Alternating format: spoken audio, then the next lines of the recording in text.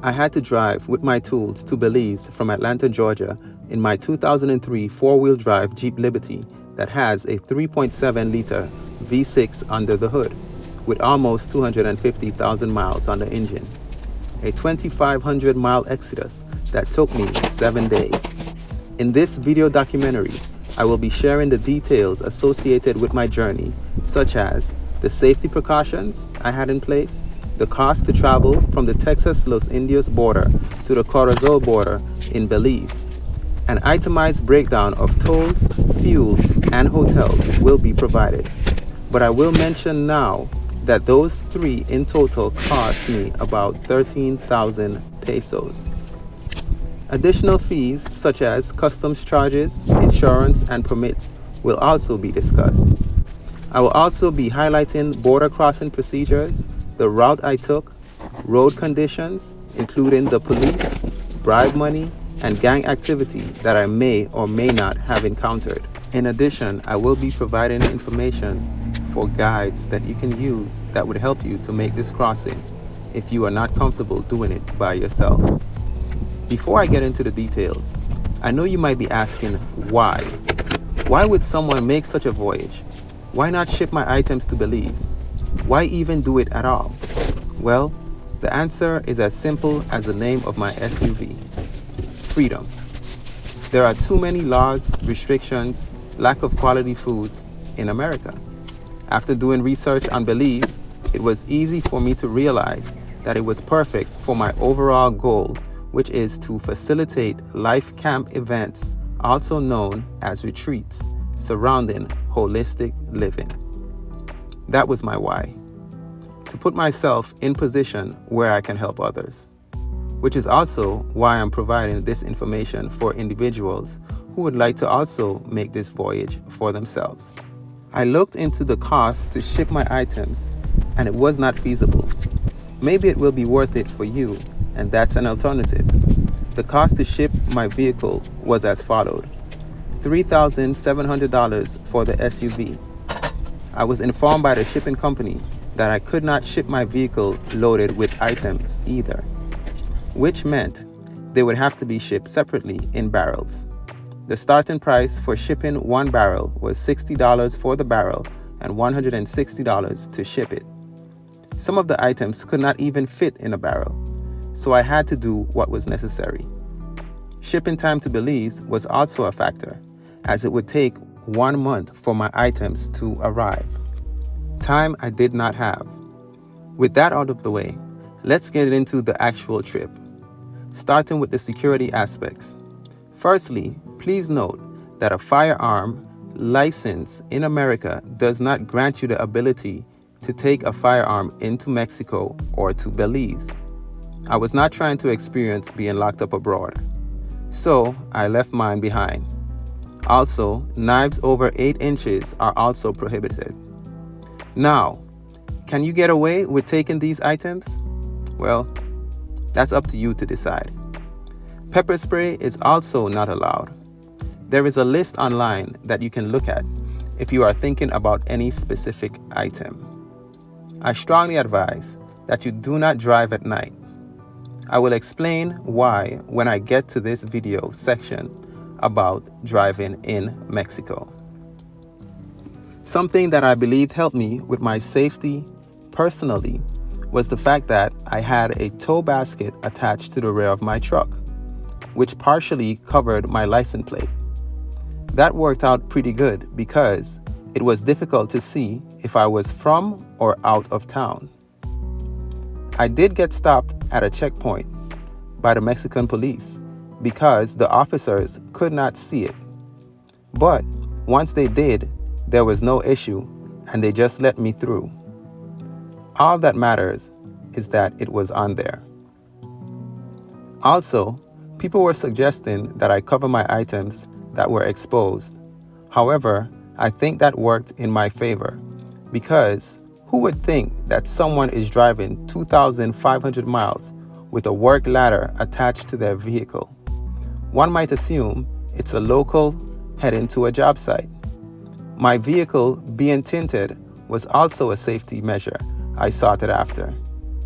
and I tried to keep my hands on the lower portion of the steering wheel, especially when being passed by other vehicles.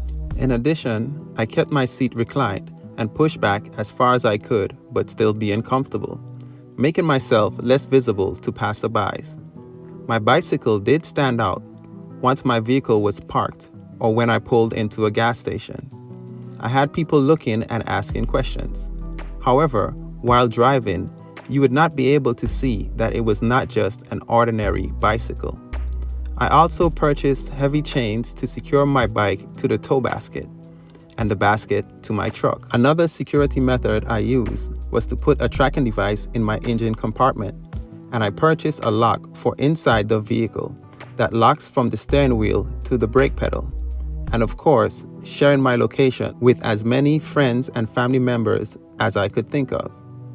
At nights when I parked, I felt comfortable about my belongings because 2 of the hotels I stopped at actually had walls going completely around them, and the gates closed at 10 p.m. and opened at 6 a.m. One of the 2 also had overnight security. I was also able to park my vehicle directly in front of my rooms, except for one. But it was in a very busy and well-lit area, so I was not concerned. I will be sharing the hotels with you in this video. Prior to crossing the border, I also took some prop money that I plan to use as a distraction if I had to. I kept it in my pockets and also in my vehicle. Nothing happened that required me to use it. It is very important to ensure that you have phone service for GPS and other safety reasons. I have a T-Mobile plan that provided high-speed travel data, and I can say that I had service for majority of my trip. With safety out of the way, let's talk about crossing the border. I was informed by a guide who is from Belize that I should cross at the Brownsville, Texas border, so that is what I attempted to do. However, after I had paid the permits and tolls, I was denied for what I perceived to be suspicious reasons. I was thereby directed to the Los Indios border instead. What made it shady is the fact that it was the same officer who told me to go and get my permit inside the office is the same officer who, after going through the process, told me that I could not cross because this border was not for vehicles, it was only for persons.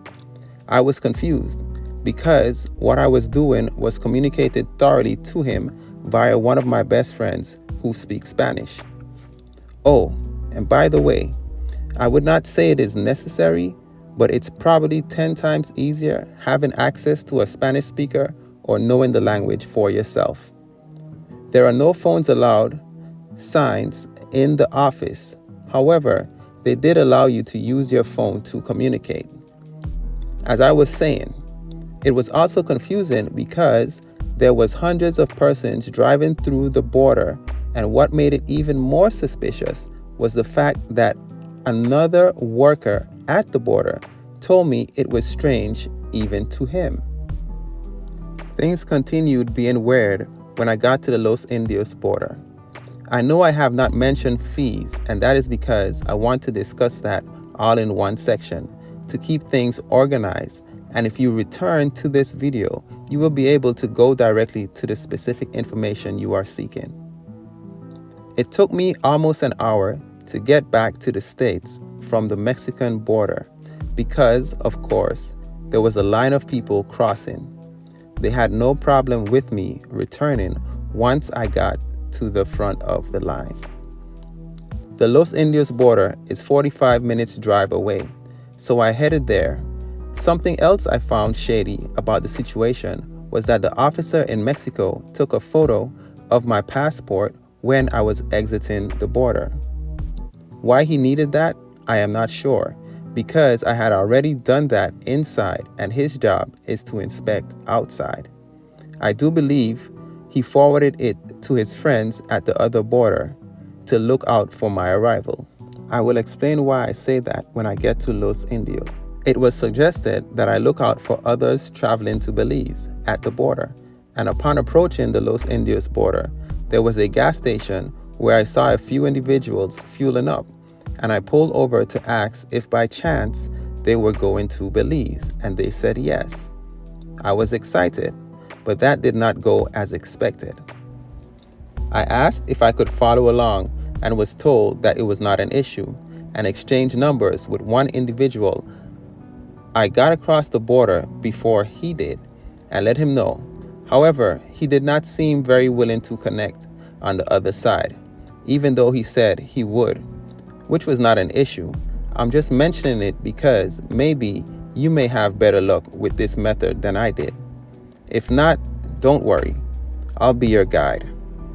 Arrived at the border, and after being asked for my passport, I was immediately directed to a designated area to park my vehicle and reported inside of the building.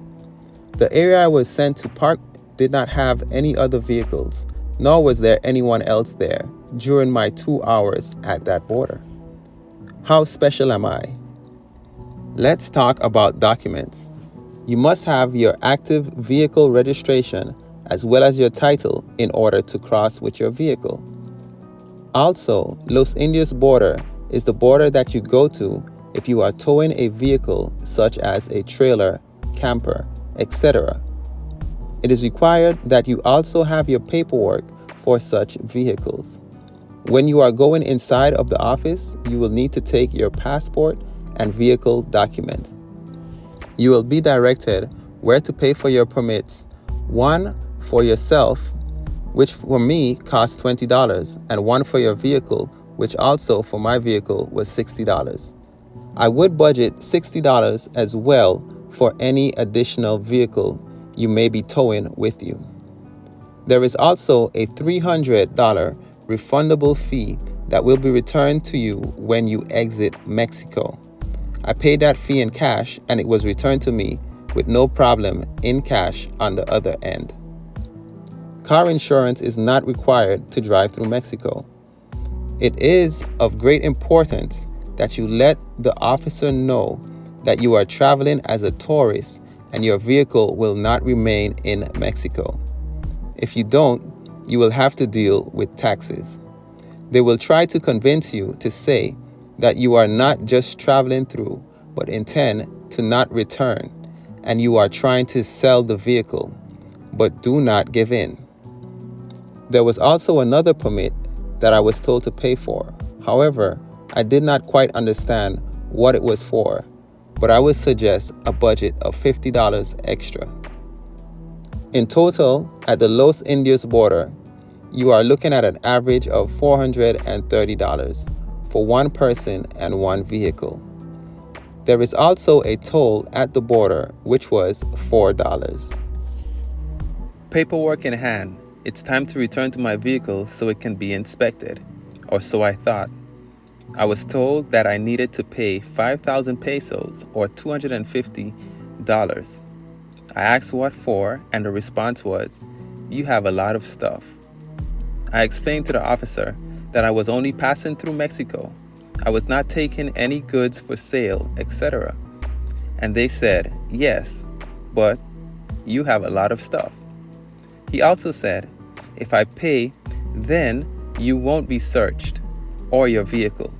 To which I responded, "You can go ahead and search. I'll wait." Then he responded, "No, because you have a lot of stuff."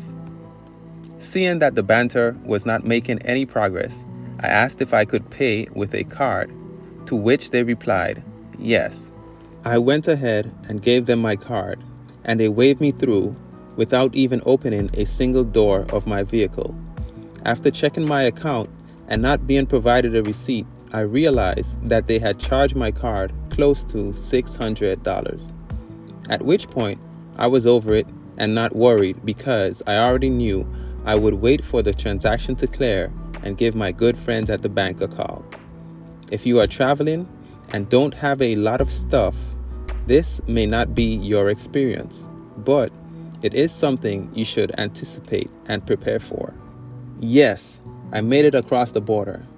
I felt zeal, relief, and anxiety all at once. Now, let's talk about driving in Mexico. When driving in Mexico, you are going to be forced to drive to the far right over the white line because vehicles naturally bully you so they can get around in situations where it is only one lane traveling in your direction. If you see someone tailgating, just go over, but do not stop. You can maintain your current speed.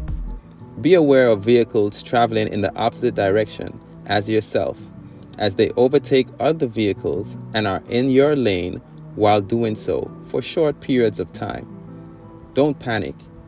This is a normal occurrence. Do not drive at night. Even though there were lots of cars driving at night, as I was outside of my hotel, I saw them. However, the way the potholes and speed bumps come out of nowhere, I definitely would not chance it. You can easily get into a wreck, especially if you are driving an RV, towing a camper, or fully loaded like I was. Not to mention, being stranded at night. If something goes wrong with your vehicle, the roads may be completely smooth for 100 miles, and the next thing you know, everything changes, and you need to have both hands on the steering wheel right away. It's even difficult to see the potholes during the day because some of them appear as though they are filled in and dark in color, but you won't really know until you actually hit them. As for the speed bumps, most of them going through Mexico are not painted to provide a heads up prior to impact. Driving through Mexico is really not something you want to do in haste. If you are that afraid, then don't do it at all. I'm not saying you can't scurry along and hurry up, but hurry up and take your time. In regards to the police, prior to my trip, based on stories I've heard, I had made a conscious decision that I was not coming to a complete stop if I did not see blue flashing police lights and hear a siren. If you only see police lights, it does not mean that they want you to stop. In Mexico, most times the police drive with their lights flashing or on and not flashing, which means that it is not an indication that you are being pulled over. If you see lights plus a siren, then in that situation, you do as is done in the States, which is pull to the side and slowly see if they are stopping you or en route to a scene. At one point, I saw flashing lights behind of me, and I just maintained my speed. I knew this because I had prior experience driving in Mexico. Once I got across the border, within 2 minutes, I saw persons standing on army tanks holding machine guns in military apparel. This is normal, and they did not bother me. There are a few checkpoints where police are gathered, and contrary to popular belief, they did not attempt to extort me. They did ask if I had any marijuana. Spanish? No, I go. No, marijuana. No. Okay. Okay. The only suspicious road activity I did see was a foreigner who had luggage on the top of his car, pulled over to the side, being pat down by two persons that were driving a car with yellow lights on the roof. In my mind, I was like, yeah, I'm not doing that. Aside from that, there was a police presence on the roads I traversed. Yes, they may have been far and in between, but it was a good reminder that I was on the right path. After crossing the border at 1 p.m., I thought about getting in a nearby hotel and starting early in the morning. But I would have been too excited to sit around for so many hours into the night and decided to commence and locate a hotel before it got dark. Using Google Maps, I headed to my first hotel, Nueva Esperanza, located in Padilla. Using Google Maps or any other navigation app you desire, verify that you are being directed towards Victoria or Tampico via the 101. The hotel is on the left and you can see it from the road. The access point is bumpy, but the hotel lot is paved. This hotel locks its gates at 10 p.m. So if you get there after that, I'm not sure if they will let you enter. They do have a number on the sign you can call.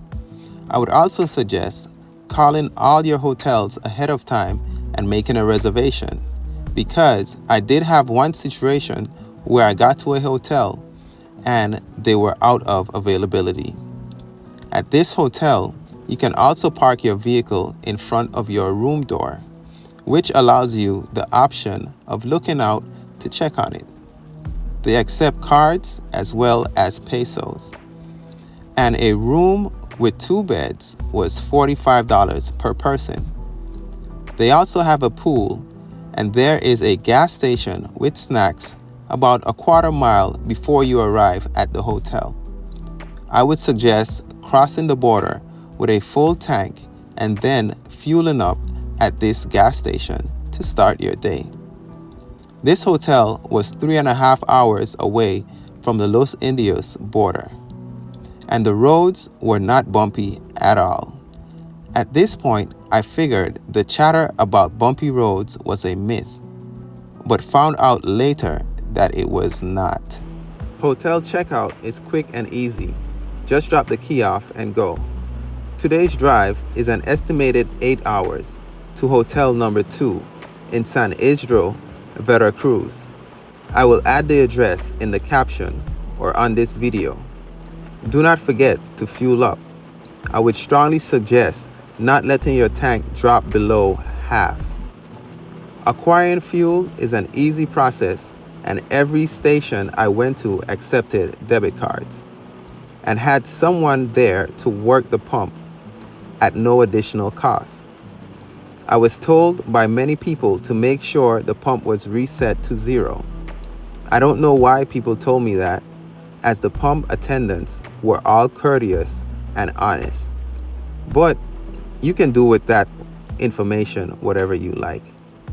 Fuel prices in Mexico are displayed by the liter. The average price in my experience was 23 pesos per liter. You are looking at around $4.80 per gallon, depending on where you stop. It may be higher or lower. In total, between Texas and Belize, it cost me 8,500 pesos, which is the equivalent of about $425 for fuel.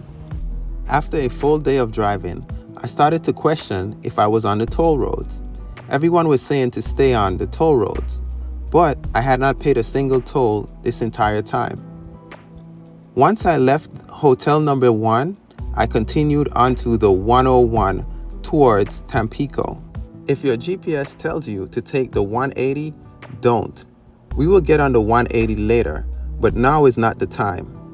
Remain on the 101 until it takes you to a P-shaped loop, then take the loop toward Tampico. On this day, the roads were very nice and I was impressed. Again, don't forget to fuel up.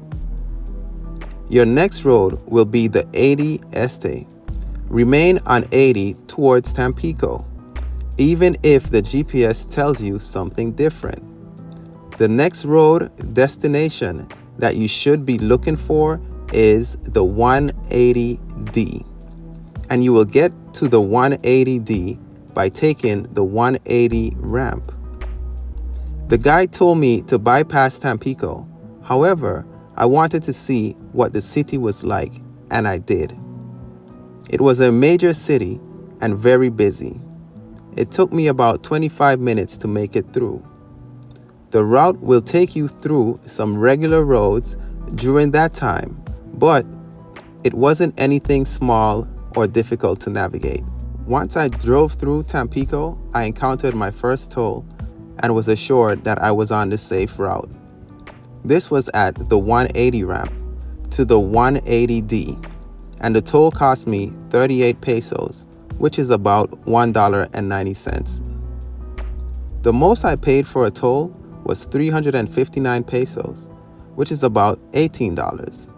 The total I spent on tolls was 1,637 pesos, or about $80, and it was about 12 tolls total. I forgot to mention that at the Texas border, there is a place in there where you can convert your USD to pesos. You will need to do this so you can pay your tolls. Of course, it is always best to get more than you need in case you end up in a situation like I did when one of the hotels I tried to check into, collection machine was not working and I had to pay in cash. In peso.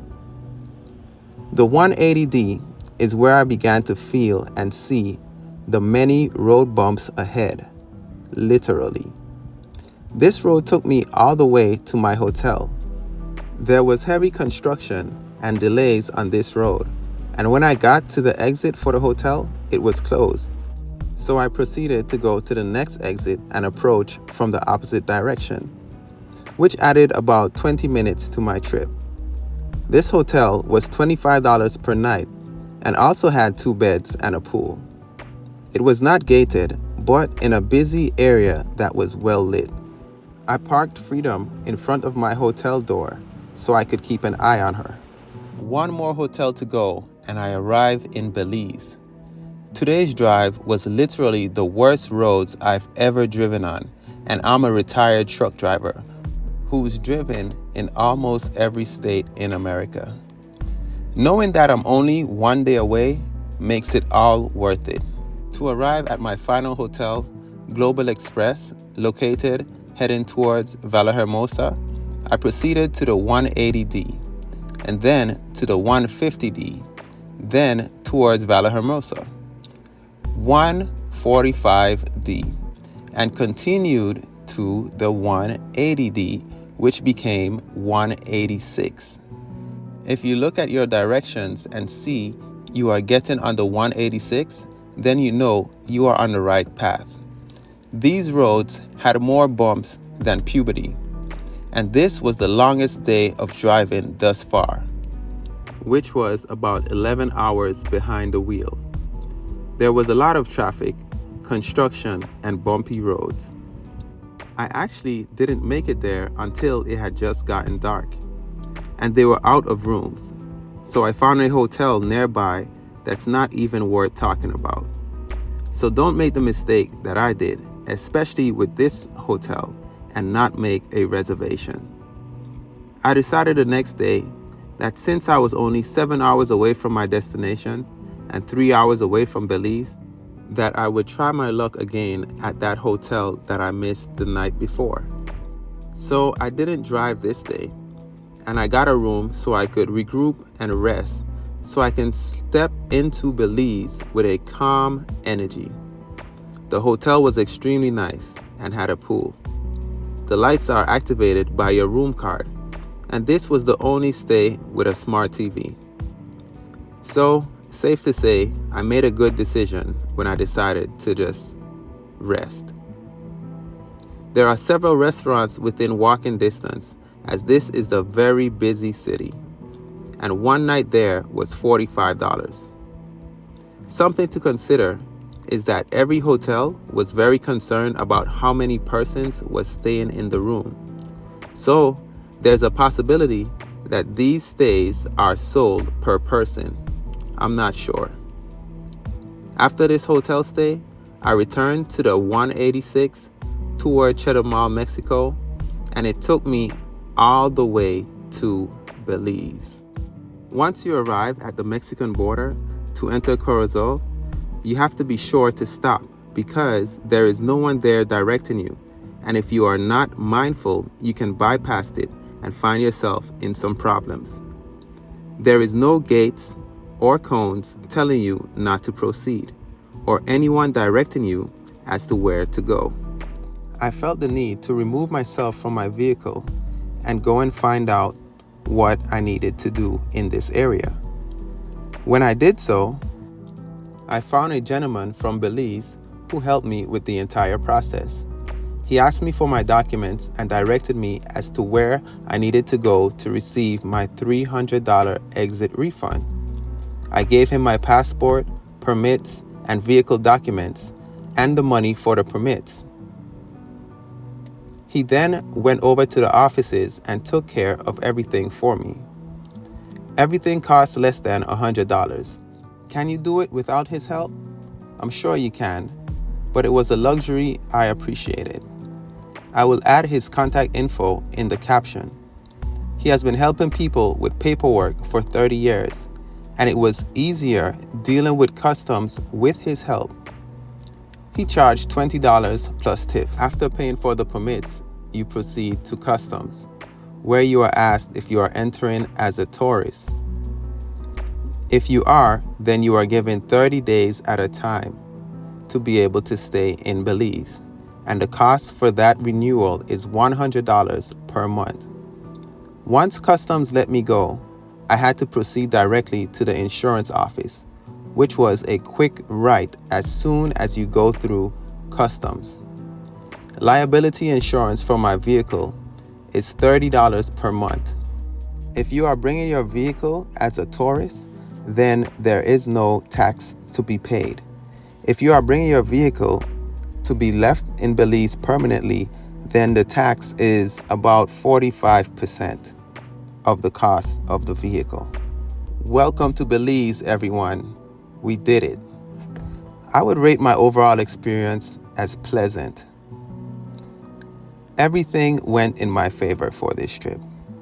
Listening to negative people will definitely kill your joy. And if you have to take this drive, I would say go for it. Now, do I regret doing it? No. Would I do it again? No.